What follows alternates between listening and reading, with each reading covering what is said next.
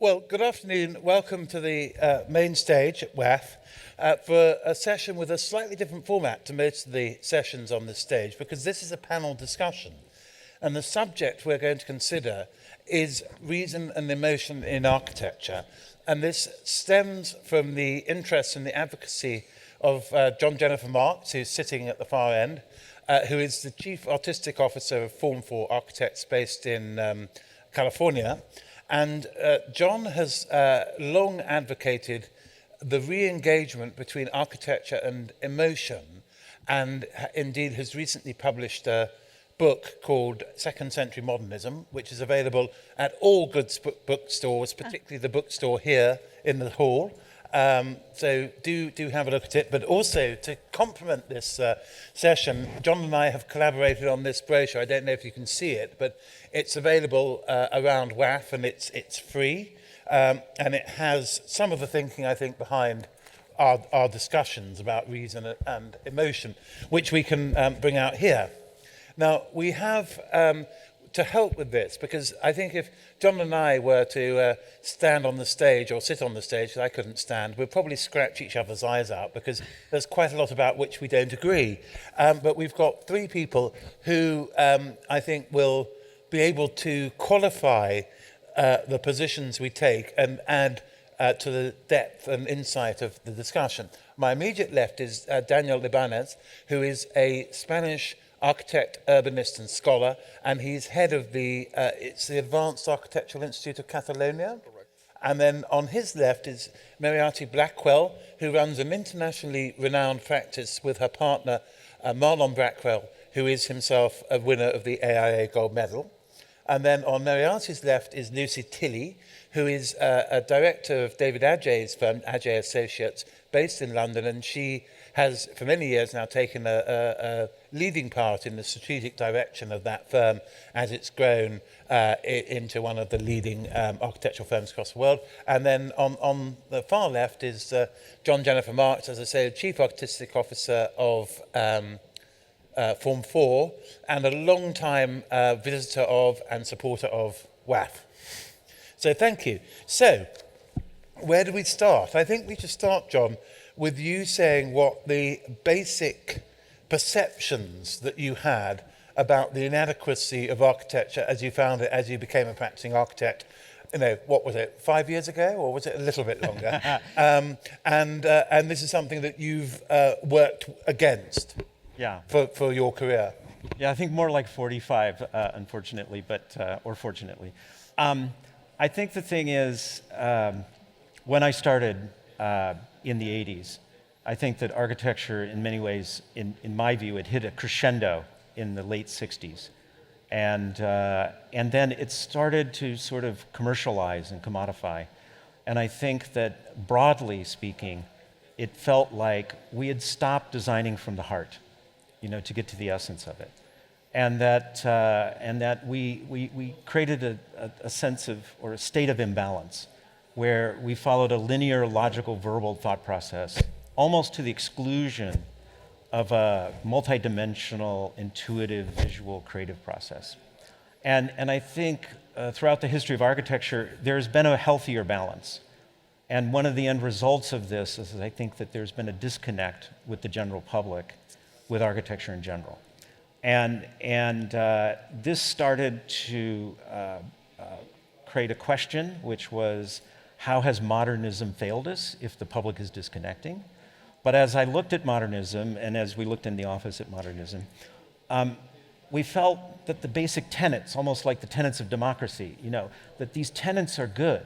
They need adaptation. Democracy in the United States was very different 250 years ago than it is today. It changed. It adapted. Because some things work and some things don't work. Some things are in balance and some things are out of balance. So I think the broader question was, how have we failed modernism? And I think it's a healthy question whether or not the public is engaged or disengaged. But I think it does get back to that notion of what we permit ourselves to do as the profession of architecture, and have we lost our way? You see exuberance, and you see, in some cases, a lack of rigor and discipline, and in other cases, you see too much rigor and discipline. So where is the sweet spot, and where can we re-engage with the public? So the issue of lovable buildings comes to mind and what that means. But I was very, very excited that this year's WAF theme was hearts and minds, because it brings up that very question of a balance between those two things. Not that one is more important than the other, but that they're in a balance. But I think it's quite important that you still see yourself as working within a modernist tradition. It's just trying to find parts of it that, in your view, have become latent or obscured by others. Yeah, I mean, I think if you dig into it, there's some things that we need to look at and question. One is a very old trope, which is, form follows function. And what does that really mean? And so people have invented, form follows blank. And I think form can follow emotion. Yeah. And I think that we fall short of that sometimes. We don't have a language sufficient to talk about emotions. Yeah. So it's seen as an obscure thing, and it's seen as often as being a superficial thing. But I think that as emotional creatures, this has not gone away. It's very interesting you say that we don't have the language for it. Yeah. Of course, language, although it can embed all sorts of irrationalities, as Yes. Derrida above all discovered and showed, but language is essentially a rational system. If we Yes. don't agree on what words mean, language is useless. At Yes. least broadly agree. But emotions are something quite different.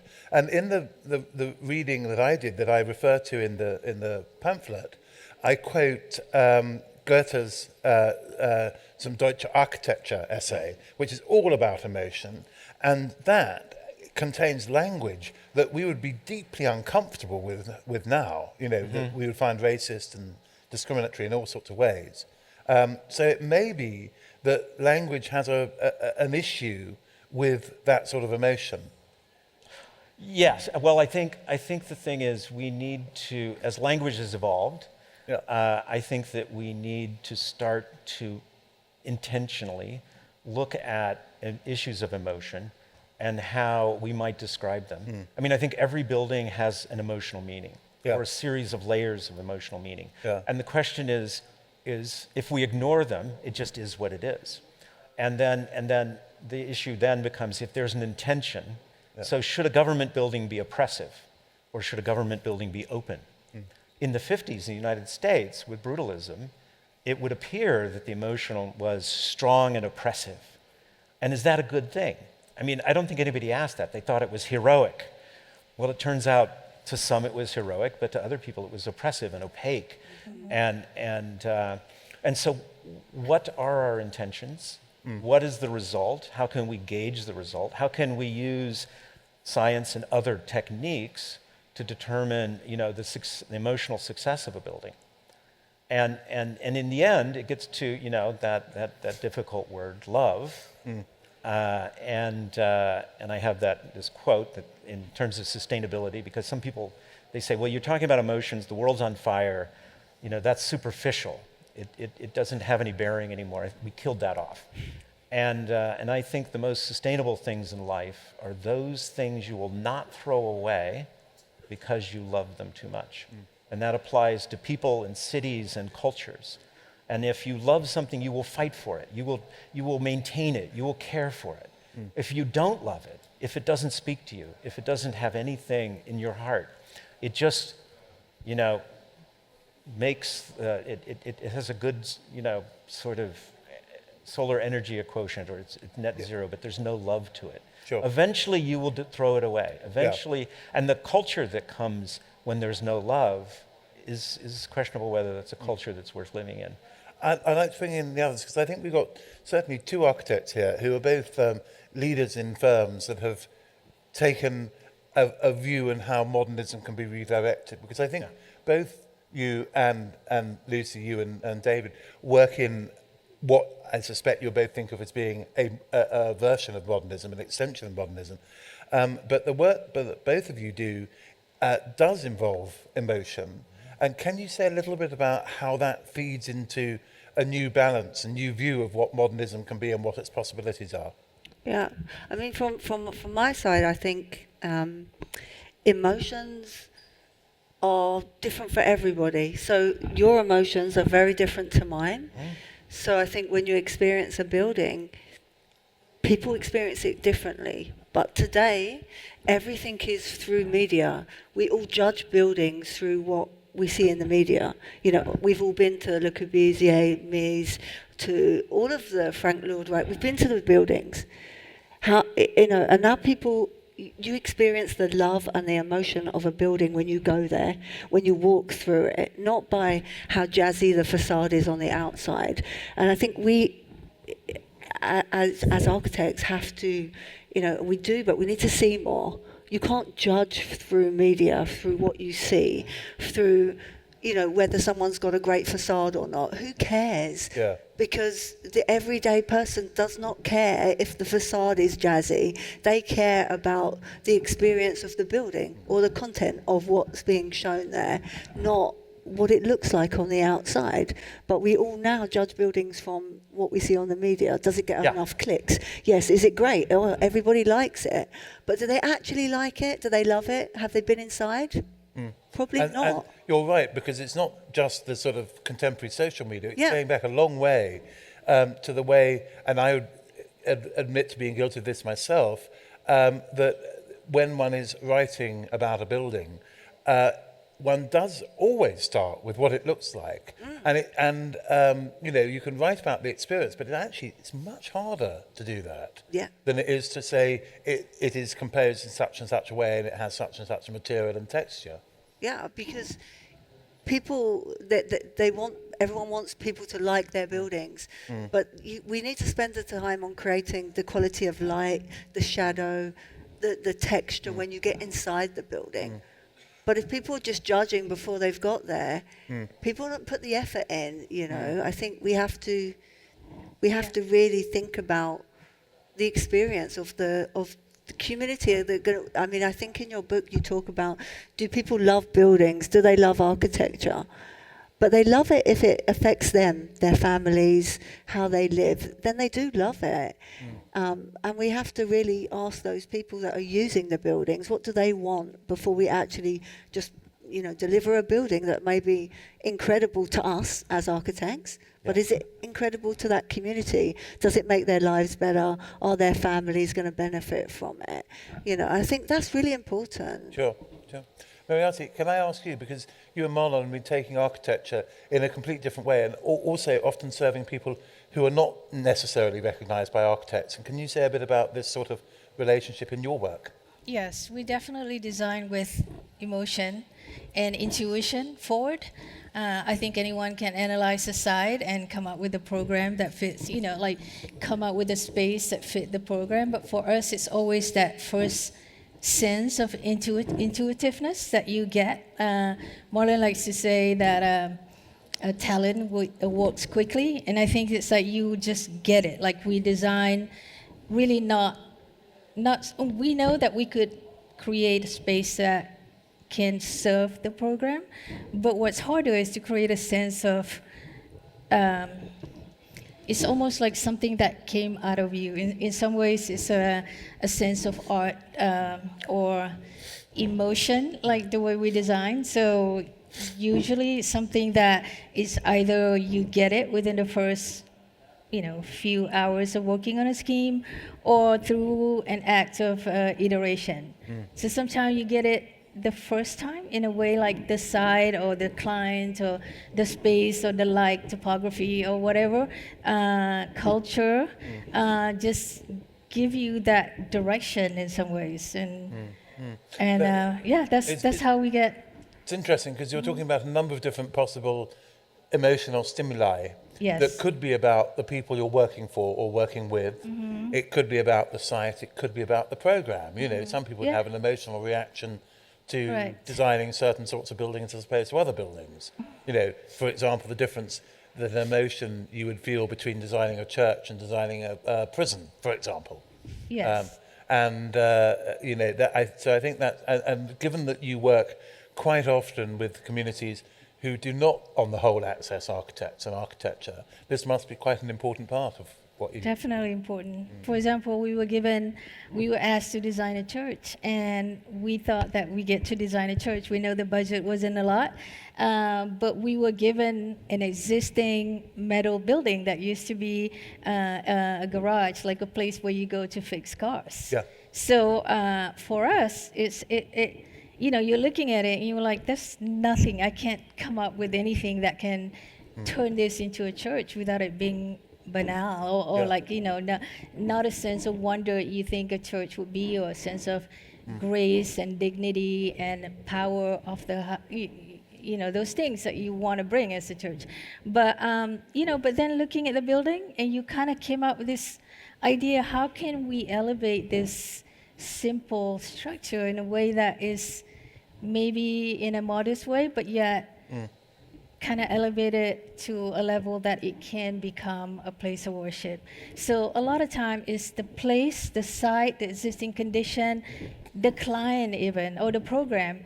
Something in there will always bring that first idea, and then you just work on the iteration process. Sure. Works for us. Daniel, can I ask you, you're a scholar, but you come from a place that, a lot of people love, Catalonia, and I guess Barcelona. Yep. Does this make sense to you, thinking as a scholar of architecture as opposed to necessarily a designer? Yeah. Well, I consider myself both a designer and a scholar, but let's say from the more scholarly perspective, I'm a little bit biased, I have to say. I mean, the sense that, on the one hand, I think what you are claiming is very important, and I think modernism has been, guilty of that coldness, that brutalism, that, rational kind of impetus. The same moment, I think it's also dangerous to claim questions of emotions that, I have always approached that from the point of view of like the architecture of affect, when you start designing with some criteria that are just simply trying to kind of like black box or cover certain other processes, right? Like distort the emotions of people with a kind of more neoliberal or capitalist intention on the back. So that's why I always feel that if those intentions are kind of like good, it's an actually very positive, way of moving forward. But also we have a lot of examples in architecture where it has been used in the kind of wrong, in the wrong way, right? So this is the first thing I would say. The second thing is that I like Madonna. Madonna used to say, I'm a material girl in a material world. So I like to say I'm like Madonna in that sense. That I tend to approach things from a very material perspective. And I'll show one example that I think captures very well, I think, where you are trying to lead the discussion. We had the rare opportunity of doing an intervention in the Mies van der Rohe Pavilion in Barcelona, very famous, place. So this was connected with a desire of introducing bio-based materials in architecture in Spain, and they allow us to do an intervention there. So it's a very hard exercise, to be honest, because it's almost like sacred grounds. What can you do in the Barcelona pavilion? Whatever you put there, it feels kind of like wrong. It's the kind of quintessential, kind of modernist, kind of like building. So after many iterations, we came up with the idea of being extremely respectful with the language, but proposing a radical material departure. So basically we did a set of pavilions, open plans, a very elegant modernist kind of language, but we say we cannot build this out of concrete, out of steel, out of travertine. We have to introduce, in this case, mass timber, right? So it produced a very interesting effect in the case. Like, people loved our installation because it was the language of modernism, but then it was, biophilic, it was warm, people could see the texture. So this is probably my closest experience to what I think, you are trying to point us towards. That is this kind of new relation that we can have with buildings that maybe has to do more with the materials that they compose, not so much in all cases just with the language or the form or the spaces that kind of modernism was created. No? So I think this tension between new materials combined with the strengths of modernism that to me are about form and function could be potentially very interesting. And Mies didn't use wood, as far as I'm aware, At all. Almost any building. At all. And so you're introducing a material which did have a role in modernism, but wasn't one that he saw. Yeah. But I can tell you there's one other thing you can do in the Barcelona Pavilion, which is when we started WAF, some of you may remember we were in Barcelona, and we used to have dinners for the category winners in the pavilion, and it was a wonderful space to be in, but it wasn't a great place for dinner. I bet. Anyway, that's just by the by. But just to develop some of these thoughts about materials, because that brings in another sensation, which is texture, touch. And after this, we're going to have a paper by Ian Ritchie, and one of the things he says, working through his knowledge of neuroscience, is that although sight, visual sense, is the most important way we understand buildings, sound and touch are also important. And I think, the textures, and this is where the Barcelona Pavilion is so remarkable, because it has all these very smooth, machine-refined textures, but they are quite different. Mm-hmm. The swirl of the travertine, the onyx stone, the touch of the glass or the steel, each are quite different. And also they have different acoustic properties. Yes. And that's part of the reason why it wasn't a great venue for dinner, as you can imagine. True. Yeah. True. So there's a couple points with each of you that I'd like to respond to. One is in terms of minimalism and brutalism. So poetic minimalism and poetic brutalism, I absolutely love. The Barcelona Pavilion, Tadao Ando's Church of the Light. I mean, there's Kenzo Tange, as Peter Cook was talking about. There are intensely moving examples of brutalism and minimalism. The difference is when they're poetic.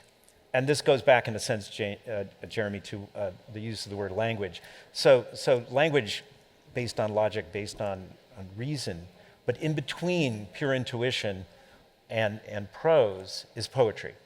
So for me, it's always this elusive notion of poetic. So you can play around with everything that you're doing, and it sounds really intriguing, the things that you were doing. But it's the poetry that gets produced in the end. And that's this ethereal, sort of odd, quirky human thing that's hard to quantify. It's hard to put a rule on it. We try very hard to do that. The golden section, for example. I used to know what the ratio was. I forgot. 1 to 1.618. Yes. I know it in my heart, right? So I can draw it. I just don't know specifically. And then when you know it in your heart, you know when to apply it and when not to apply it. Because if you only apply it, you've suddenly put yourself in a very restrictive box because it doesn't apply everywhere. So to me, it's the search for the poetic moment that would differentiate.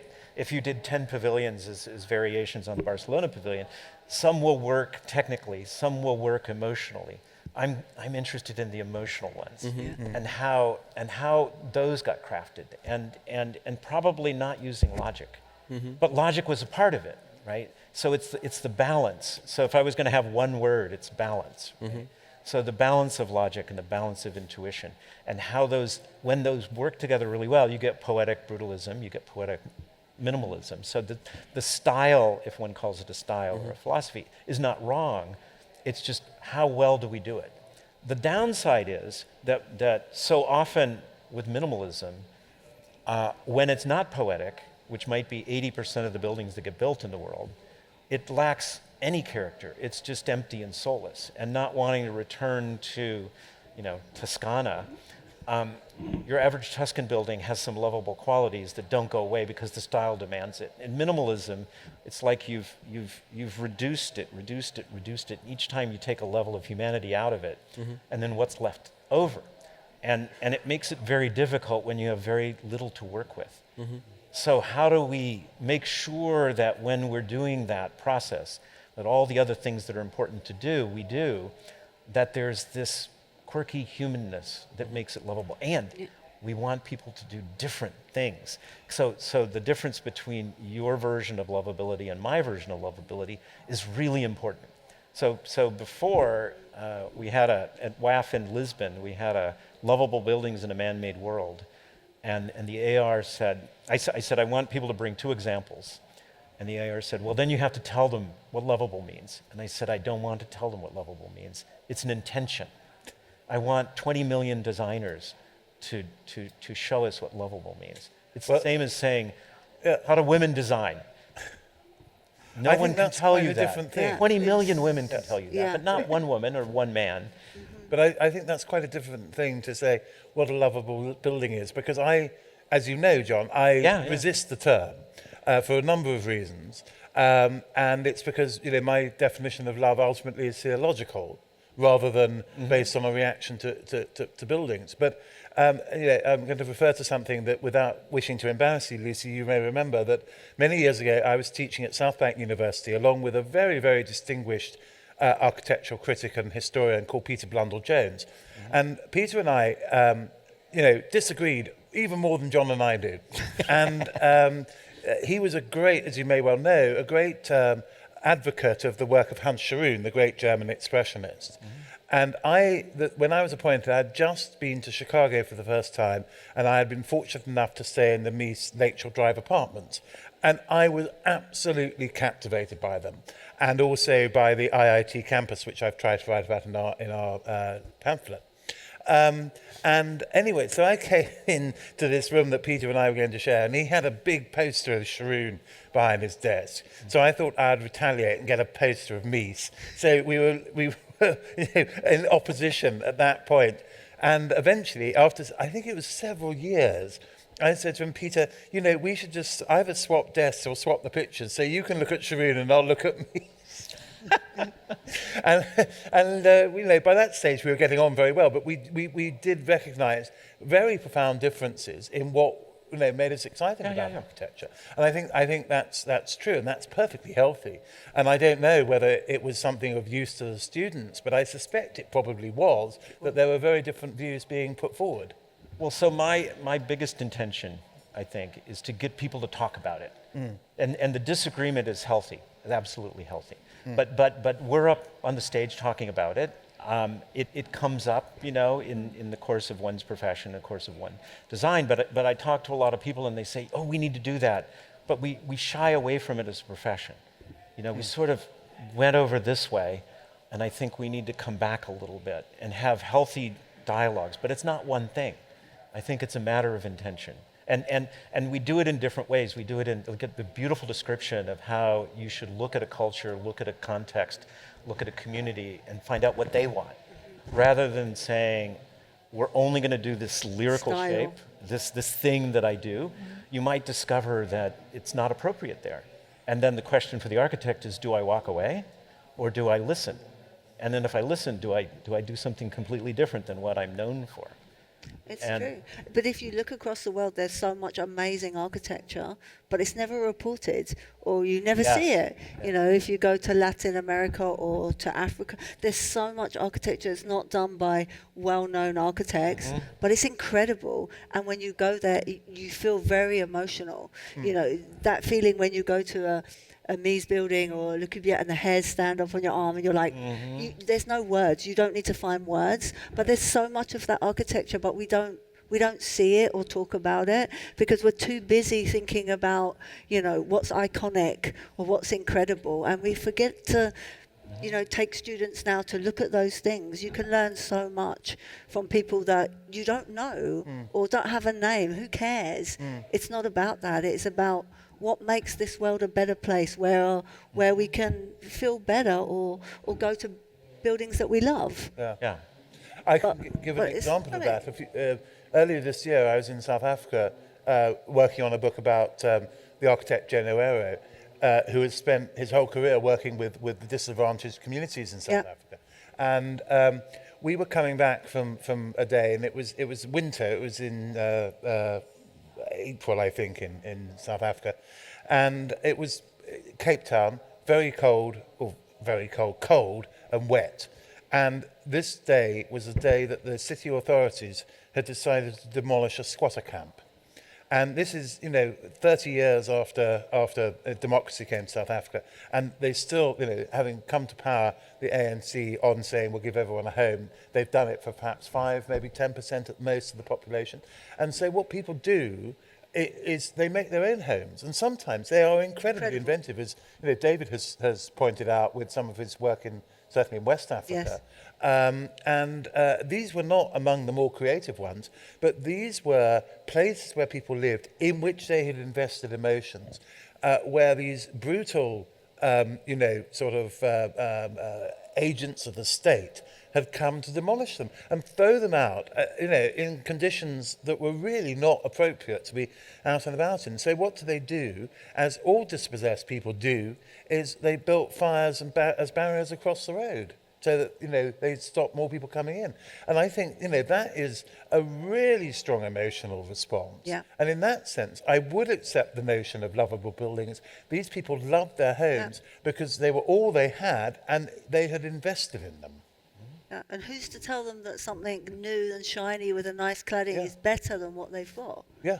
It's wrong. It shouldn't happen. There's always something to be learned from, even the most vernacular or the most, man-made or, regional influences. I think for us, we for a while are doing some work with the American Embassy abroad, and sometimes you're given an assignment to design something in a place that you've never been or you don't really understand the culture.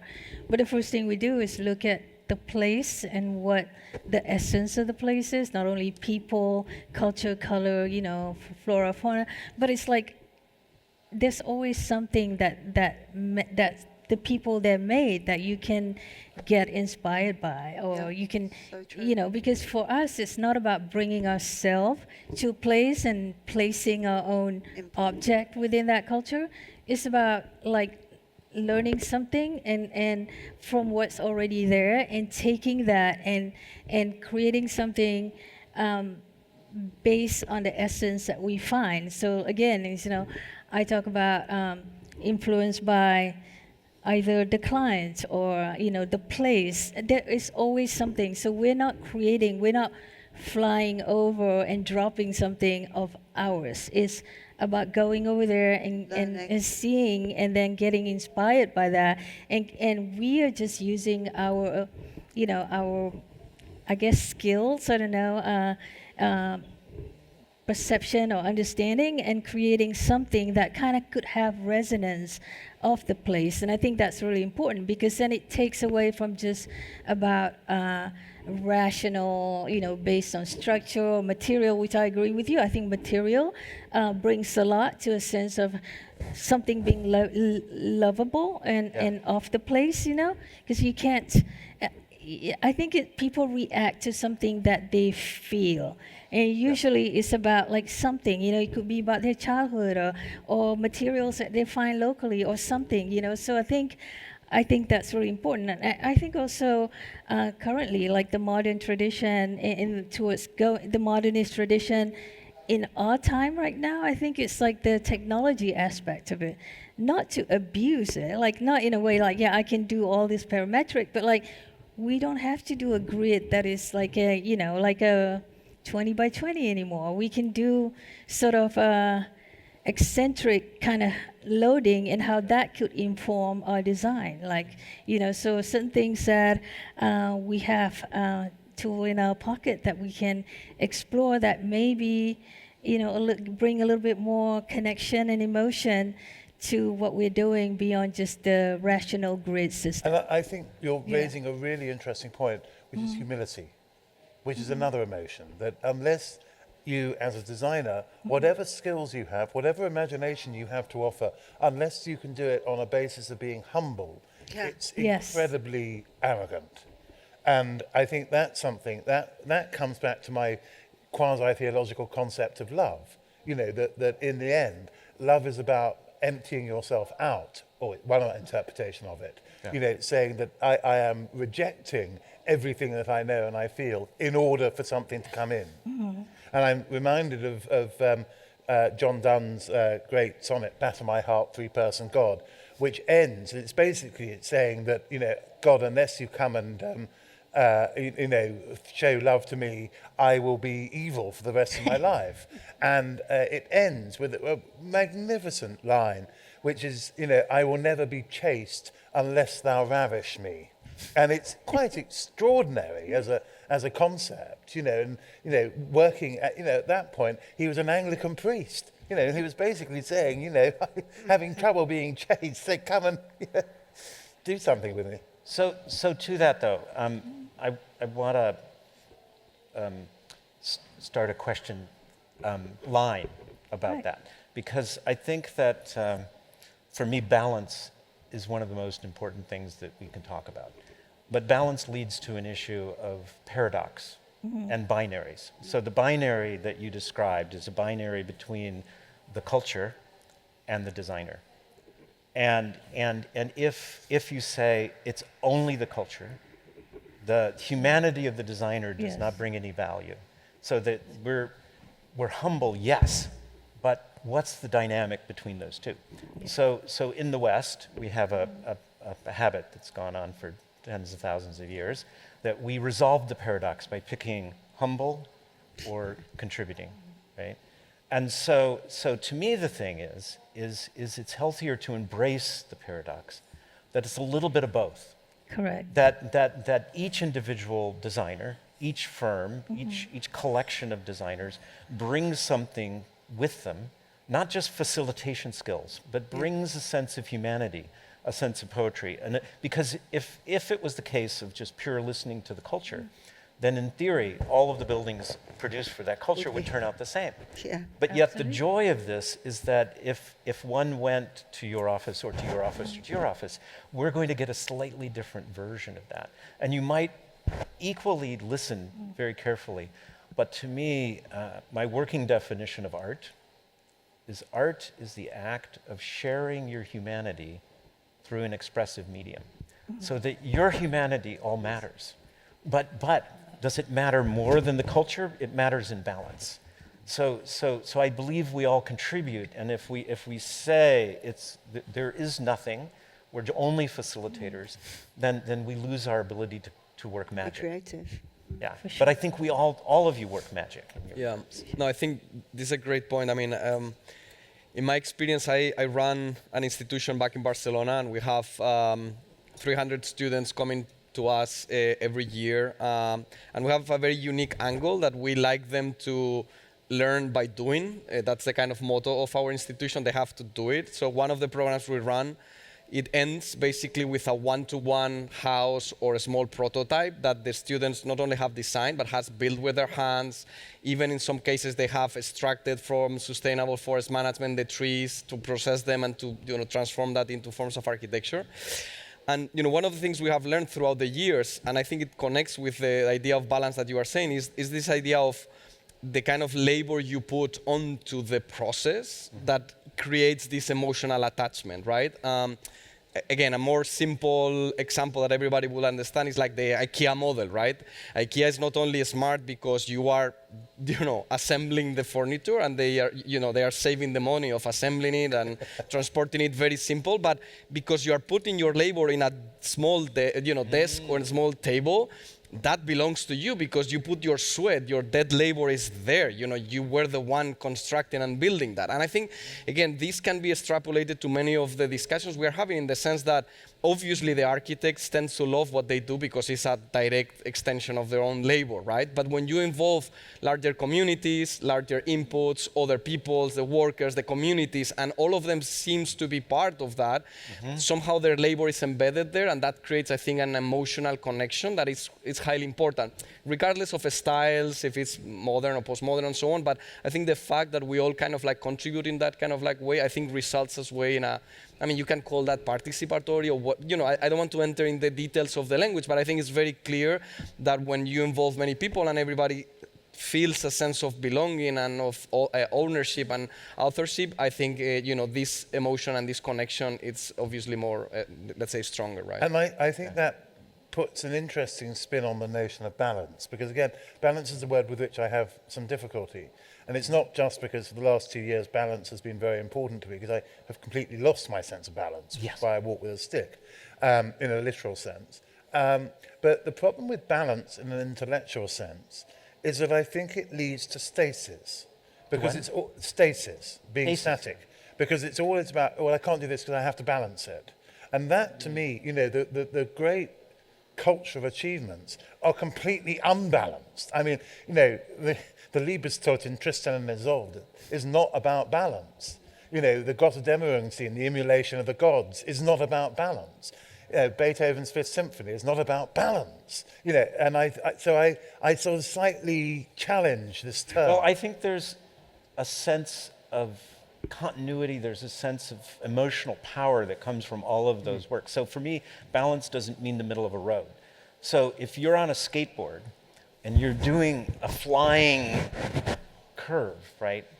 Not something I can You have to be in balance, but yet you're doing something very extreme. You're doing something that is defying gravity, but yet you still must be in balance in order to make the landing, right? And so I think there's different forms of balance, and I think that you're absolutely right, that the form of balance that sometimes is appropriate, but does not always lead to great works of art or emotionally resonant works of art, is the middle of the road one.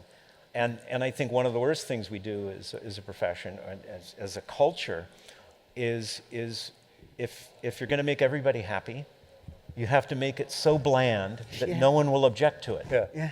Right? And that's a greater sin AI to do it all for us. than upsetting a few people. But the key is when the designers listen. And so to me the thing is you need to hear their dream and make them a dream that they see themselves, but they also see the thing they couldn't create on their own. That you've added magic to it. Because if you only achieve their happiness, but you don't go beyond that, then we've held back a little bit. Right? And so our trick is, how do we push that? Because people, you know, we have vision, you know, as a profession. So we see the thing that even if you describe it to them, they can't see it. But if you hold their values in your heart, you can extend it. You can show them something, and then when they finally experience, they go, that's what you meant. I didn't understand it, because they don't understand the tools we work with. And anyway. I have a great anecdote. I used to live, when I was studying at Harvard, we used to live in CERT's building in Peabody Terrace, which is one of these, you know, kind of housing, classic kind of modernism. I remember I was very excited of living there because it's kind of Harvard housing, you know, only students can live there. And I tried to convince my wife, saying like, we should be here. This is, you know, the quintessential, beautiful. She was looking at the pictures. This looks like a prison. I'm not living there at all. I mean, like zero emotion. But the beautiful thing is, I don't know how, without getting a divorce, I managed to live there for like 3 or 4 years. And it was beautiful to see how, in this case, somebody that was very, let's say, not touched at all by modernism, kind of like rejecting from the beginning, then living that machine and understanding the relations and, you know, the basic things of functionality and views and many things that were put in those projects, besides the coldness of the materiality or the aggressiveness of its kind of, you know, brutalist. It was very beautiful to see how then when you experience that and live that, you can really change the perception from other people. So in a way, it's a kind of like delicate balance. Now, you know, after that we lived in a kind of typical triple-decker New England kind of like style, and my wife is even more in love with modernism after that because it's missing all of that. No? So anyway. And of course, that was a great Catalonian architect. Exactly, of course, yeah.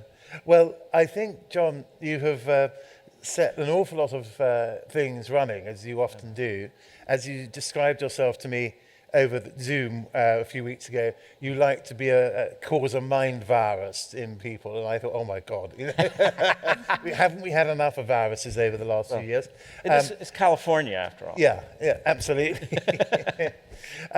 So thank you very much, and thank you to the 3, I think, excellent speakers, and do pick up one of these little pamphlets. They are around, I'm not quite sure where, perhaps someone from the team can tell you if you can't find. I think one. they put a bunch out on the seats. Okay, so you may have one already, but read them. And we're very happy to receive feedback. Yeah. I think, and both of us. I hope. And I'm doing a book signing. And you're doing a bit. When are you doing that now? 3 o'clock. Okay. Oro's. Yeah. At Oro's bookshop. Just at the stand down the way. Good. Okay. Well, John, thank you very much on behalf of WAF, and same to Daniel, Meryati, and Lucy. Thank you very much. Thank you so much. Thank you.